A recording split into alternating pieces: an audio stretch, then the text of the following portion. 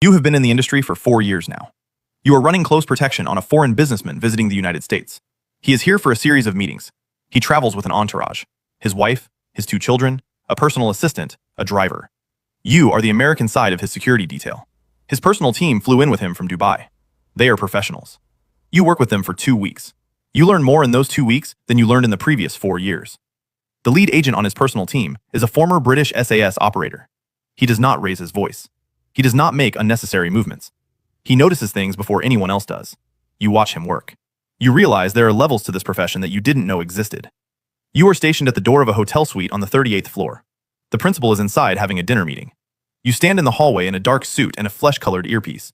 You have a pistol concealed on your hip. You have a radio on your belt. You are not allowed to sit. You are not allowed to lean against the wall. You are not allowed to look at your phone. You stand for 6 hours. You pay attention to every person who walks past the elevator.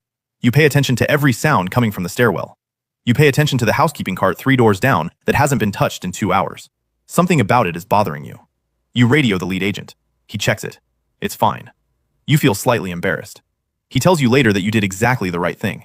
An agent who reports 20 false alarms is worth more than one who misses one real threat. You start to understand the mental cost of the job. You go home after a 2-week detail and you cannot turn it off. You are in the grocery store and you are scanning the exits. You are at a restaurant and you are sitting facing the door. You are at your cousin's wedding and you are watching everyone's hands. Your girlfriend asks you what's wrong. You don't have an answer she would understand. You tell her it was a long detail. You tell her you need a few days to adjust. She nods, the way people nod when they know you aren't telling them the whole truth. You end that relationship 6 months later. The job has already started to cost you things that nobody warned you about. You work another detail in Miami for a hedge fund manager who received a ransom threat. You run advance on his hotel, his office, his restaurant reservations, his son's school. You discover that the threat came from his own business partner. You flag it to the client's attorneys, and the situation gets handled through civil channels.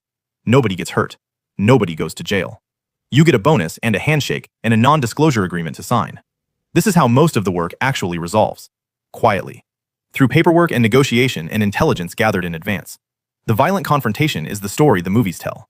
The real story is the threat that never materializes because someone like you saw it coming. Level 5. The Detail Leader. You have been promoted. You run your own teams now.